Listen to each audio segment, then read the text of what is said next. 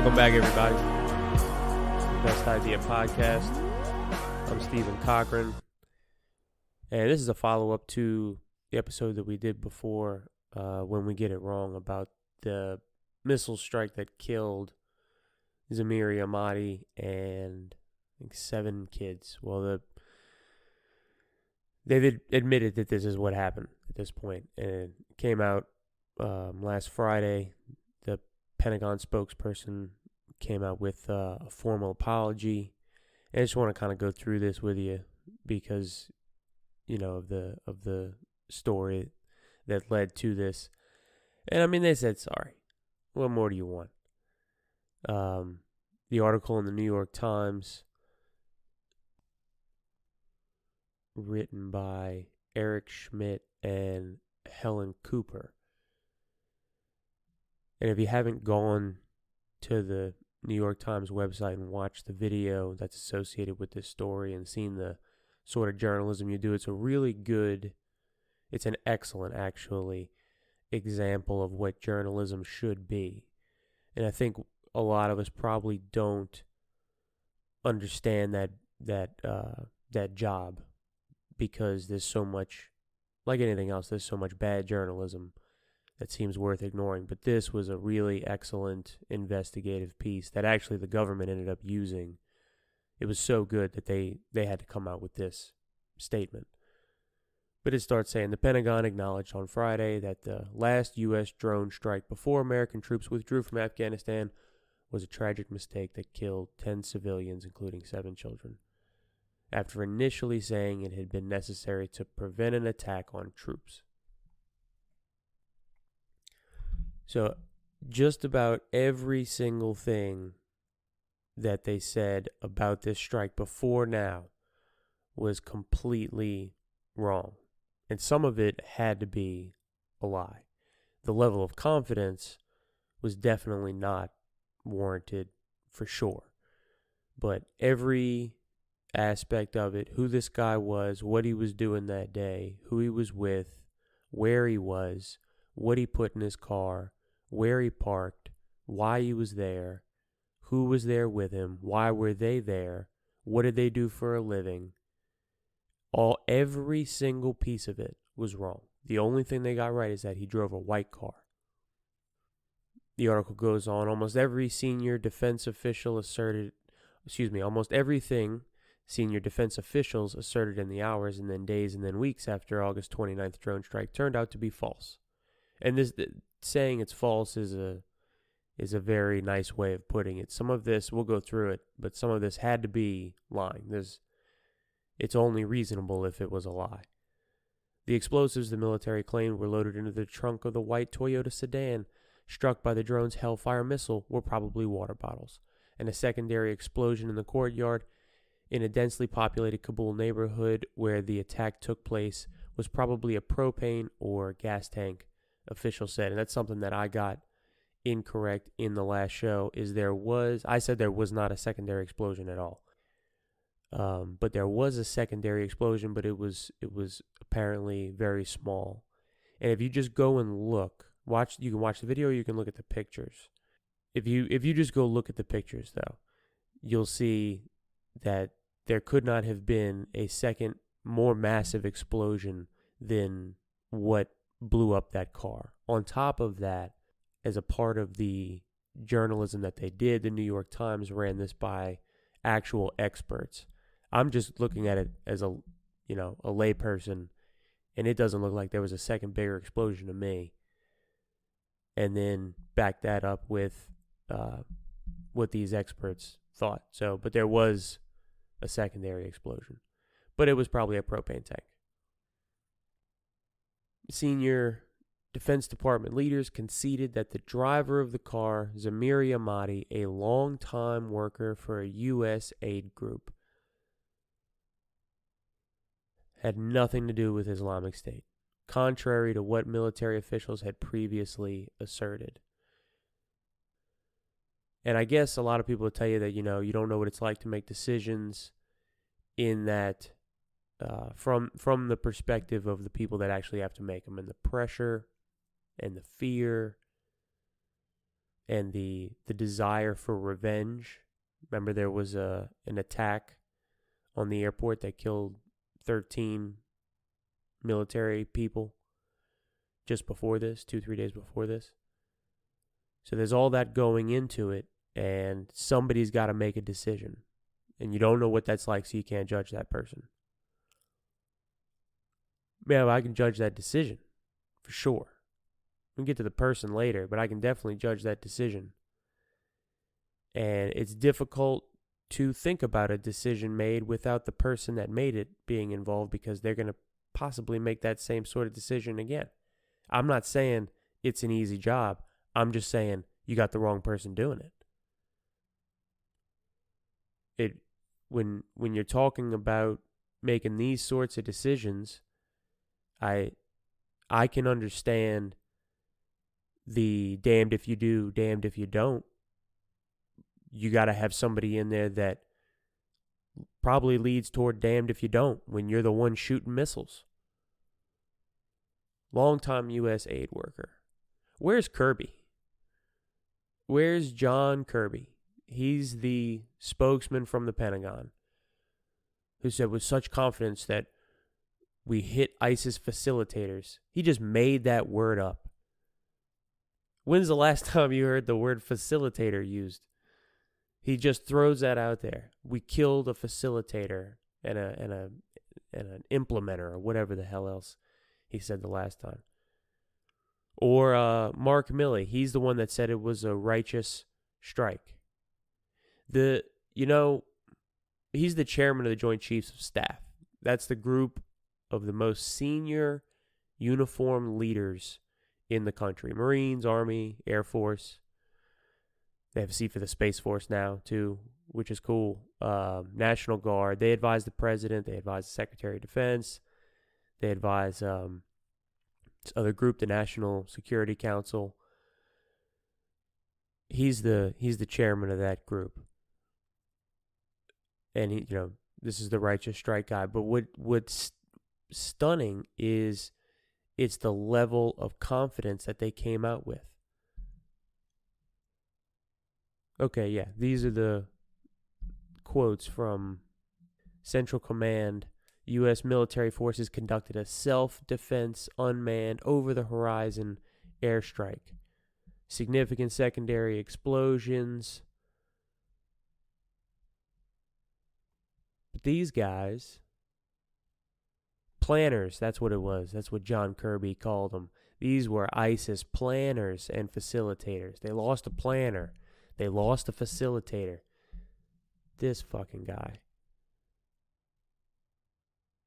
But it was a whole lot of we know. Some things may be in doubt is what we're saying. Some things may be in doubt, but the things that they said they knew are that these were definitely ISIS affiliates. The only thing they weren't sure about was civilians, which is a whole nother matter that, we have got to think about what getting the bad guy is worth, because it is willy fucking nilly when there's civilians around. We're going to kill civilians. I understand that when there's a battle of some sort going on, but this shooting fucking missiles into neighborhoods can't be that can't be the way to go. But when you have that sort of confidence when you speak, you better be right. You can't do both. I mean, you had all day. The decision didn't need to be made right then. It didn't. And how did they say it happened? How are they going to explain this, Well, they said, according to the article, in a dynamic, this is Milley talking, the general, righteous strike guy. In a dynamic, high-threat environment, the commanders on the ground had appropriate authority. That's a problem. Not a problem. It's being misused, and had reasonable certainty that the target was valid. But after deeper post-strike analysis, our conclusion is that innocent civilians were killed. They targeted an innocent civilian, and innocent civilians were killed. I mean, a deeper post-strike analysis, it's not even that you're executing a single person. Like by sending somebody to assassinate them. You're shooting a missile into a neighborhood. You need to have a really deep pre-strike analysis. He said this is a horrible tragedy of war. And it's heart-wrenching, and we're committed to being fully transparent about this. This is a horrible tragedy of war. I bet you a pound to a peanut that if the New York Times hadn't done this story, and other outlets too, because I saw it in other places, but a lot of people leaned on the New York Times because they did a really good job. I'll say it again. I'll probably say it 5 more times. Without that, I doubt we'd be sitting here right now reading through this bullshit apology. It's not even just statements. They actually had somebody go out there, and it's just, when you're watching somebody say sentences like, my deepest condolences go to the families, when you're on a TV that they probably can't even watch. They have no idea what you're saying or that you're saying it. They're just over there burying kids right now. That's what's happening. You just have parents, aunts, uncles, grandparents, whoever, just buried 7 kids from the same family. 7 kids from the same family. When's the last time you had a family reunion? How many nieces and nephews? Put all the kids together that are in your family. Are there 7? 7 kids from the same family. Horrible tragedy of war. We're going to talk about that. What war? What war? The war was over. We signed a surrender. Trump signed the surrender. Biden enacted it. What war? There was an attack. We're not in a war anymore. It's over. Is that how we're going to act anytime there's a singular attack where our military is? That we'll just go into the nearest neighborhood and shoot a missile at a guy because he's got a white car? General McKenzie went on to say, we did not have the luxury to develop a pattern of life. Pattern of life, you can kind of guess what it means, but I hadn't heard it before. It's how the military analyzes the past movements of a potential target in order to guess what they're going to do in the future. And according to some Army regulations, this includes just, doing diagrams and timelines and conversations with local people. Yeah, all that makes sense. Conversations with local people, I can see why that'd be a little bit more challenging in this situation. So you have to spend more time following the guy. I don't know what else to tell you. But it's a way that they make sure that they have the right person. But this is a luxury, he called it. The luxury to develop a pattern of life. And if you recall, after doing this, after executing these people, there was still an attack on the airport. Somebody out of a white car shot some missiles. The general said that the strike was carried out in the profound belief that ISIS was about to attack the airport, as they had done 3 days earlier, killing 140 people and 13 American service members. The profound belief. This is what I mean about who's making these decisions. If the evidence they saw was enough to bring them to profound belief, they're in the wrong job. I'm not saying it's an easy job. I'm saying whoever's doing it is in the wrong job. The Pentagon will work with the families and other government officials on reparations payments, General McKenzie said. Without any troops in Afghanistan, he said that the task may be difficult. but that we recognize the obligation, so we're going to pay them. That makes a lot of sense. It's a very American thing to do. Which, look, that's all you're left with. So I get it.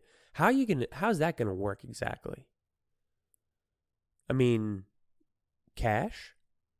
You're gonna give a family in the middle of a Kabul neighborhood in Afghanistan, what? $1 million in cash? I don't know. How much are your kids worth? How much is your niece or nephew worth, or granddaughter, grandson? What's the $1 million a kid? That's the first number that jumps out in my. Obviously, that's not near what it is, but what are they actually going to give them? So let's say they give $1 million a kid, 7 kids, $7 million. Let's call it that. Why not? What is this family going to do with the money?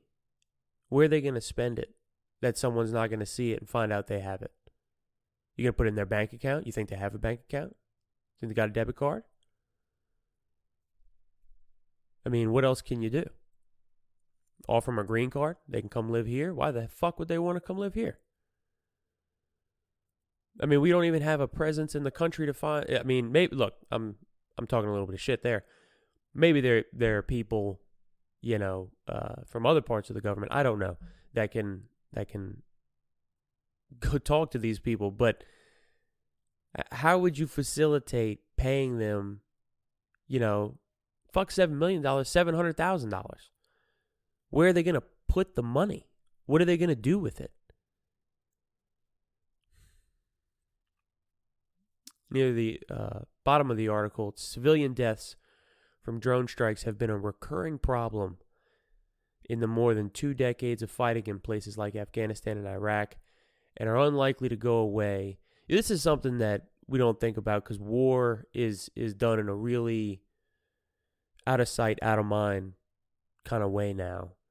But when we think of, well, at least when I think of Afghanistan, Iraq, civilian deaths, in my mind, it's casualties from fighting. A lot of it is these drone strikes where there's no actual fighting going on, maybe no imminent danger, just the potential threat of imminent danger. It's like stand your ground laws internationally. Like wherever we are, if we even think you might be thinking of doing something, we just might put a drone over top of you and put it through your bedroom window. I mean, it's 30,000, somewhere between 20 and 40,000 people have been killed over there. These civilians, people that these are just the reported civilians that have been killed just from drone strikes. Just from drone strikes, somewhere between 20 and 40,000 people. That's how many times this has happened. Between 20 and 40,000 people.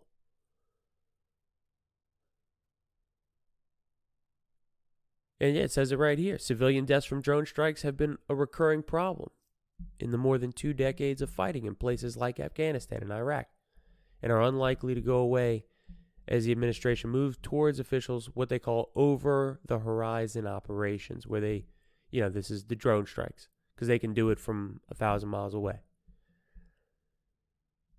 And so they dropped this news on Friday, day of the week that gets the least exposure. Most of it are trying to just decompress for the weekend. Friday, if anybody's even looking at the news, I imagine we're a lot more prone to not get bogged down in serious shit. It's the weekend, But, no one's even going to lose their job for this, probably. The guy that decided to do this did not have good evidence. In order to strike, they killed 7 kids, 10 people. And does he get to keep doing his job? How many of these mistakes are allowed? I mean, the secondary explosion thing is the perfect example of something that has to be a lie. It has to be. Either your eyes saw a much bigger secondary explosion or they didn't. I mean, are we letting people who can't determine what they see keep hitting the red button to kill people? And, I brought it up a minute ago, but either way, we really have to rethink what we're willing to do for this anti-terror bullshit idea war that we're in. I mean, how many people is it worth for us to feel safe?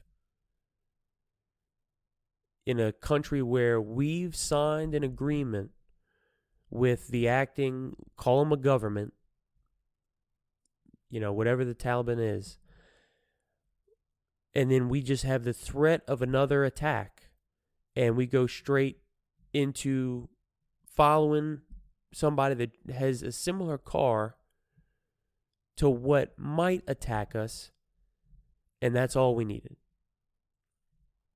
It said in the article, the commander overseeing the drone strike, an experienced operator whom the Pentagon did not identify, faced a difficult decision in his mind. This is the mindset, and this is the problem. Take the shot while the sedan was parked in a relatively isolated courtyard. So right there, let's pause there.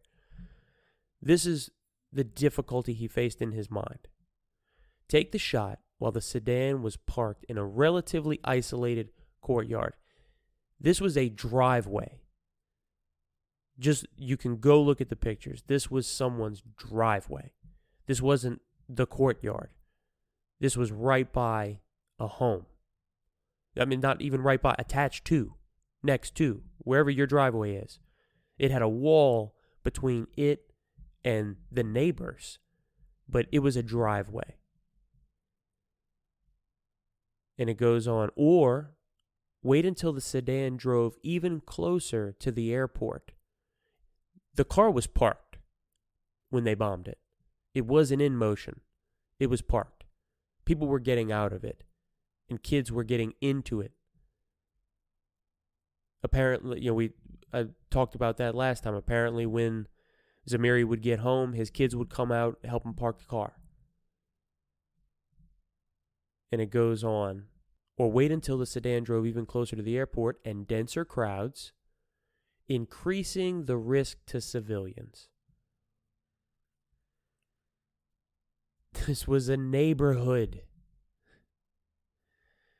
We execute one of the sloppiest escapes after surrendering, and that's the pretext for going to shoot fucking missiles.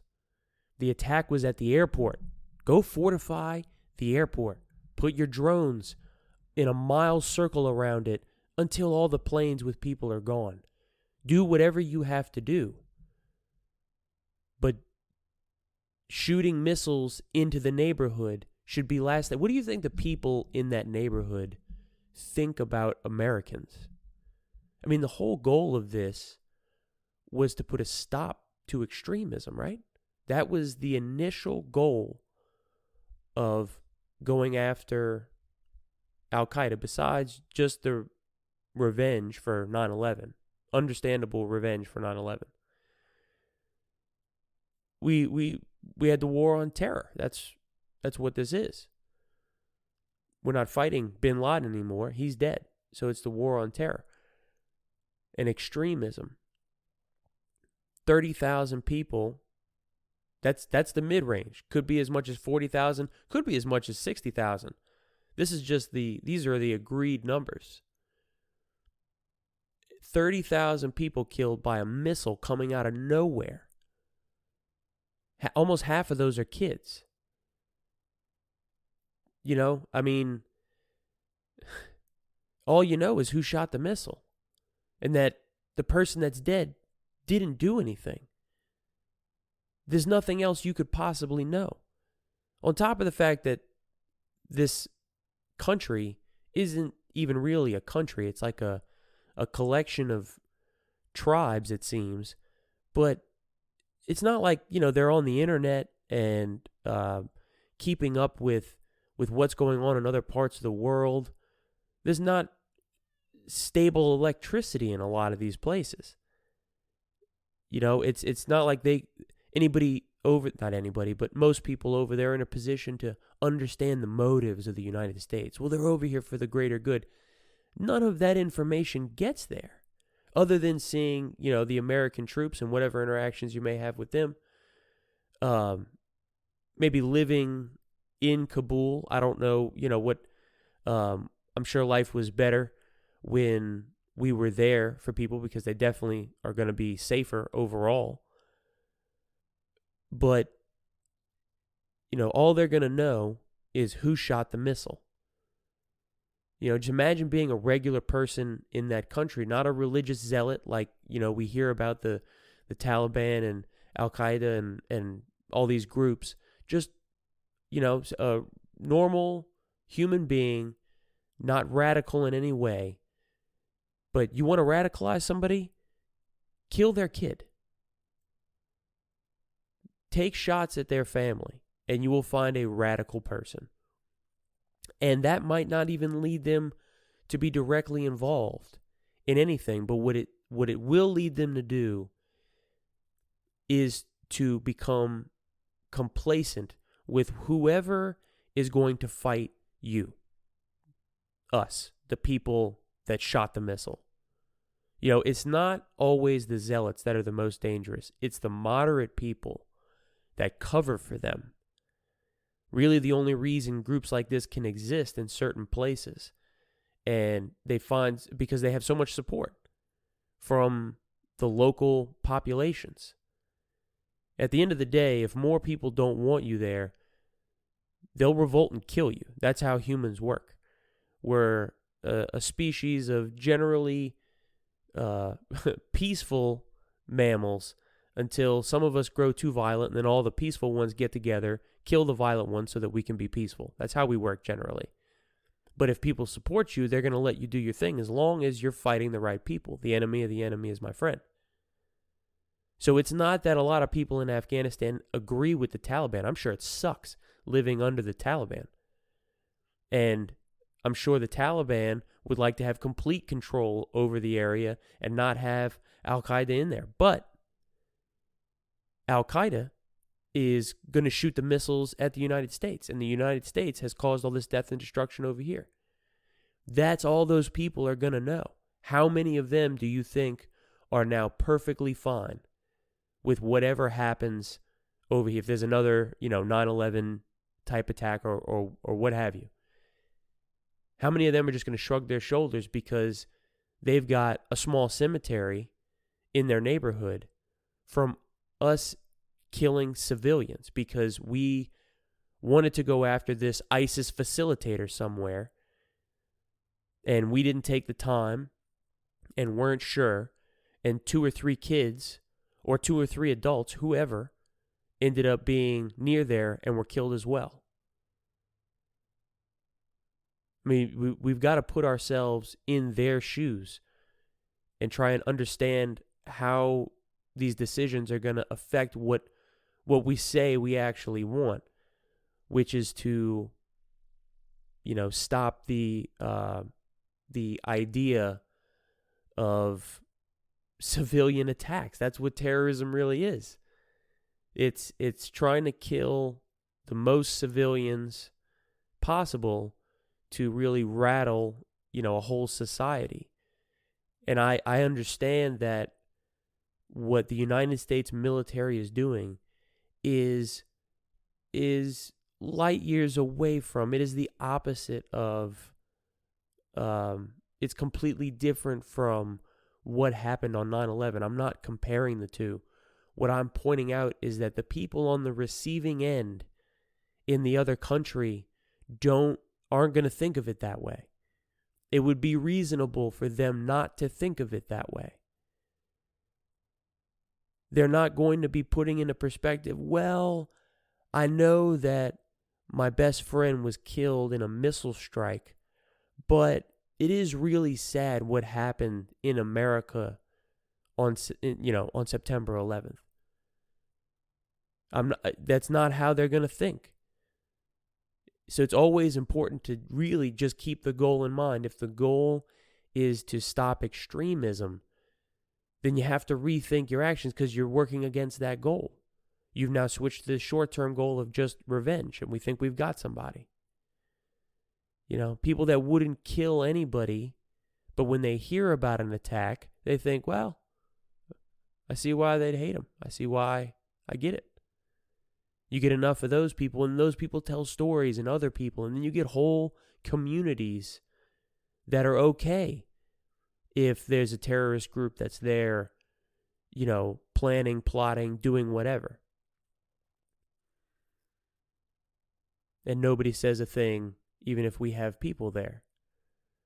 I mean, people are just trying to keep their families alive and safe and healthy. I mean, one of the things that Ahmadi was doing was, if you remember, was bringing water back to his neighborhood because they don't have regular running water. You know, it's honestly, there's some similarities as I'm saying this to why we don't pay attention over here. A lot of people are just trying to keep their fucking lights on, pay their rent. You know, they're not going to necessarily have the time or the inclination to, you know, read the journalism that's happening about shit that's happening in Afghanistan. It's one of the reasons I like doing this podcast. I feel like it's a way that we can, you know, get a little bit more amplification on, you know, some stories. But, you know, you got to put yourself in the shoes of the people on the receiving end and then assess what you're doing. I don't normally like to just point out problems. It's more important to offer, you know, the better idea, the best idea, as it were. This is a hard one, though. Specifically for this issue, the mistaken execution of 10 people in the same family. The best idea to resolve that, I don't have one. I can't see. I mean, I can see what you can put on offer. I don't see how you make the offer, but, you know, you leave that to people that have experience in the country, I guess. But you can offer money. You can offer, you know, refugee status and to be brought to this country. Maybe you can work out a deal to go to a third country. You know, I don't know what kind of favors are owed to the U.S. and Switzerland or Belgium or some, you know, Germany. But maybe we can orchestrate something like that. I don't know how you make that offer. You definitely make that offer. You do whatever is necessary to try and offer some semblance, some piece of what's right.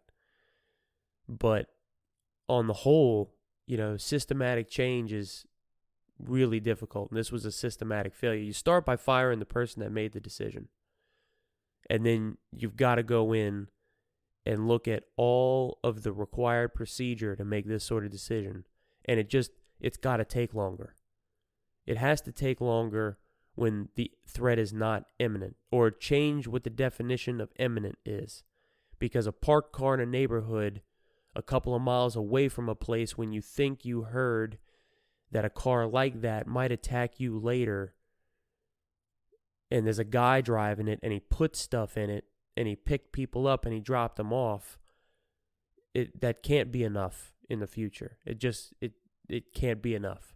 We have to reassess the ratio here, like of how many people it's worth dying to satisfy our own goals.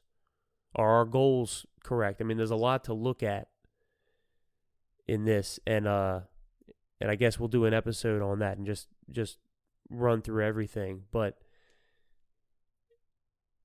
this is a weak start, but it's really, I guess, the only start that could be made. So here we are. As always, send me your comments, thoughts, questions, corrections. bestideapodcast@gmail.com. Please comment, follow the show. If you like any of the content of the episodes, share it with people, see where they stand, start a conversation. I'm on Twitter at The Best Idea, Instagram at AlmostGreat101. I appreciate you listening, and I'll see you next time.